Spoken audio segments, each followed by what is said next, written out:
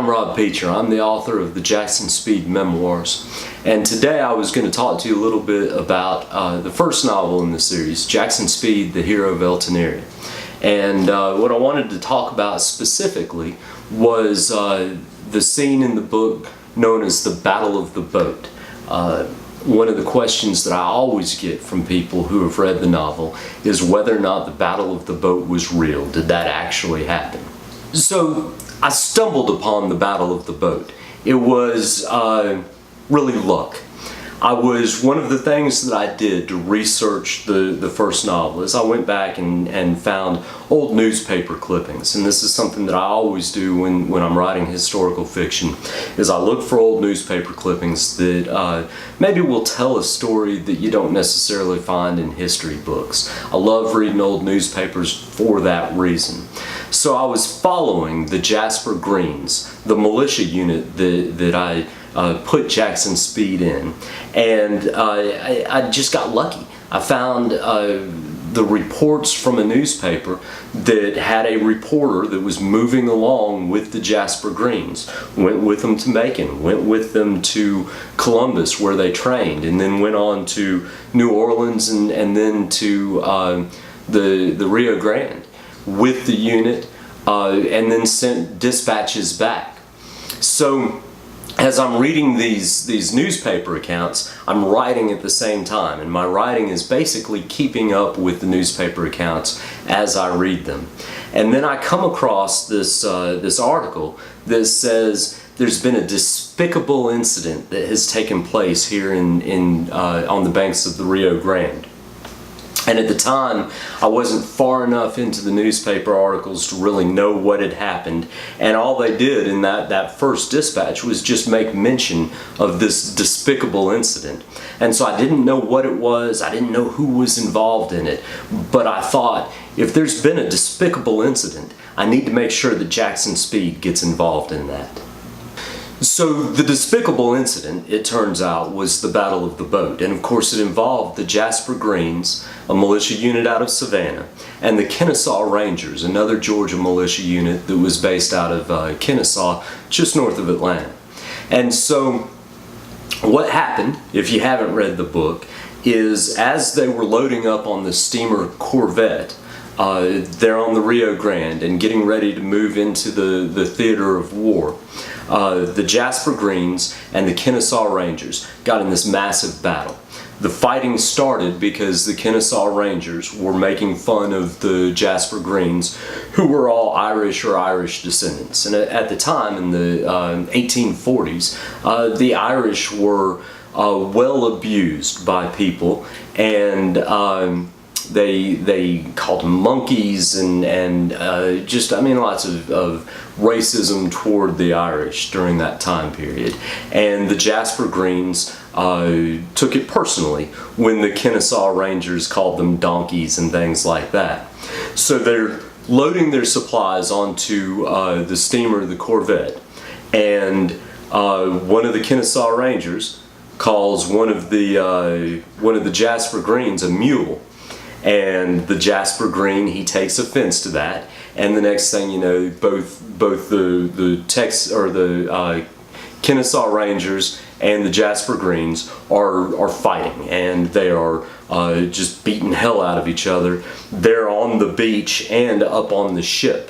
And this fighting goes on for a little bit of time until Captain McMahon, the captain of the Jasper Greens, and Captain Nelson, the captain who was in charge of the Kennesaw Rangers, they are able to separate their two units, and they're able to calm them down, and they got them all up on the deck of the ship, and everything had pretty well calmed down.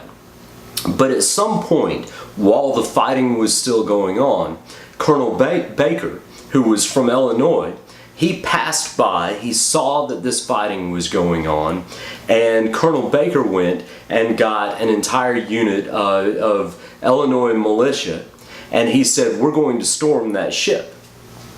Again, the fighting between the Jasper Greens and the Kennesaw Rangers had stopped. There was no more fighting. But Colonel Baker didn't care that they had stopped fighting. He was still going to storm the ship. So when Colonel Baker charges up the gangplank, it's nearly night. There's been a lot of confusion. Nobody's real sure what's going on. Colonel Baker shouts out, "Hand over your ship." And Captain McMahon of the Jasper Greens, he hears this. He's not sure who it is that's coming up the gangplank, but he's not going to hand over anything.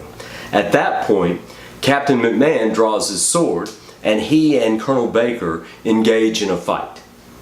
The sources are very contradictory, and there's not a lot of sources out there. There's not very much in the historical record that points to what happened during the Battle of the Boat. We know that at some point someone shot Colonel Baker in the back of the neck.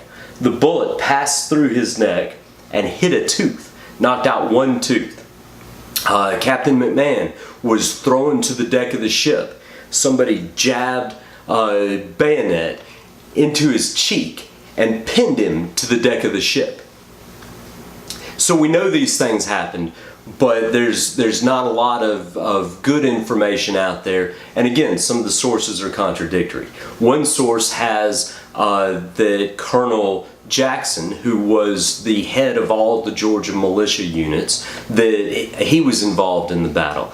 Well, Colonel Jackson wasn't even at the Rio Grande. He was already moved into the theater of war, and so he was nowhere nearby. So despite the fact that there are not a lot of sources and that some of the sources that are out there are contradictory, I did manage to find some actual quotes from the fighting that took place on the Battle of the Boat, and so I worked those quotes into the novel. Some of them are a little awkward in their phraseology, but it was fun for me to be able to work actual quotes in. And I think, based on common sense and the totality of the information that I was able to find about the Battle of the Boat, that in Jackson Speed, the Hero of El Teneria, you get a pretty good idea of what actually transpired during the battle. I think, other than Jackson Speed's presence at the battle, you have a very good, accurate historical portrayal of the actual fighting on the steamer Corvette. So in the aftermath of the Battle of the Boat, General Taylor decided that he was going to leave all of the Georgian militia behind when he advanced on Monterey. And all of the Georgia militia, the Kennesaw Rangers and the Jasper Greens and all of the rest of the volunteer units, they ended up doing nothing more than guarding supply wagons that were moving back and forth. So if you've read the book, you know that threw a wrinkle in my plans of sending Jackson Speed into the Mexican-American War with the Jasper Greens. And to be able to get him on to Monterey, I had to enlist him in the Mississippi Rifles that were commanded by Jefferson Davis, who was the future president of the Confederate States of America. So there were about 30 people who were injured. Some of them were injured so seriously that they had to go home and were no longer able to continue on with their units at the war. And then following the battle, Colonel Baker from Illinois made a few disparaging comments about the Jasper Greens and the Georgia militia in general. And H.R. Jackson, the colonel who was in charge of all the Georgia units, who got his start with the Jasper Greens. Jackson was initially the captain in charge of the Jasper Greens until he was voted to be colonel of the Georgia militia. Jackson took some offense to the things that Colonel Baker said and challenged Colonel Baker to a duel to protect the honor of his Georgia soldiers, but Colonel Baker declined to fight the duel. So the answer to the question that I get most frequently from people who have read Jackson Speed, the Hero of El Teneria, is, was the Battle of the Boat real? And the answer is yes. It absolutely was real. It was something that happened, and it had an impact on how the war went forward from that point. When I write the Jackson Speed novels, I try very hard to keep the historical context as accurate as I possibly can.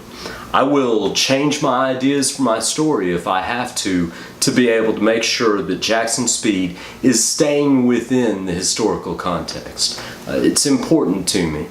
I get frustrated when I watch movies or read novels that are set in history and they get the history wrong. So it's important to me to get the history right.